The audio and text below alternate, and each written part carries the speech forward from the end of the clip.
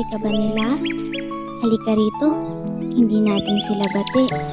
Noong bata tayo, kapag may nangaaway sa atin, ang hindi kita bati ay madaling sabihin.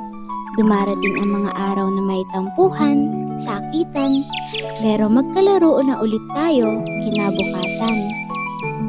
Sa bawat paglipas ng pahina ng kalendaryo, bawat sandaling unti-unti tayong binabago, hinuhulma ng panahon ang ating pagkatao. Tila hirap tayong mabuhay bilang isang tao.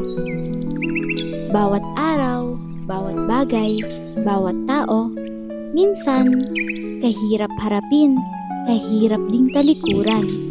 Hindi sapat ang di na kita bati, bahala ka dyan. Kasi tila mas malalim ang sugat sa bawat tampuhan. Marahil ay tumatanda na nga tayo ng paurong. Kung kailan mas may isip, ay saka hindi marunong.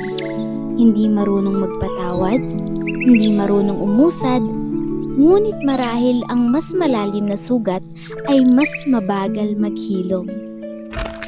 Pero sana, sa tuwing aawayin ka nila, hayaan mong magalit ka. Hayaan mong paiyakin ka. Kahit gaano pa tayo katanda, hindi natin sila bati. Kung hindi man kayo magkasundo, kung patuloy ka nilang tinutulak palayo, kung patuloy ka nilang sinasaktan, iniiwan, hindi natin sila bati. Kasi kahit hindi na tayo bata, tao pa rin tayo. Nakakaramdam pa rin tayo ng lungkot, ng sakit. At hindi nila tayo masisisi kung ayaw natin sila kabati, sapagkat ating pinili ang ating sarili.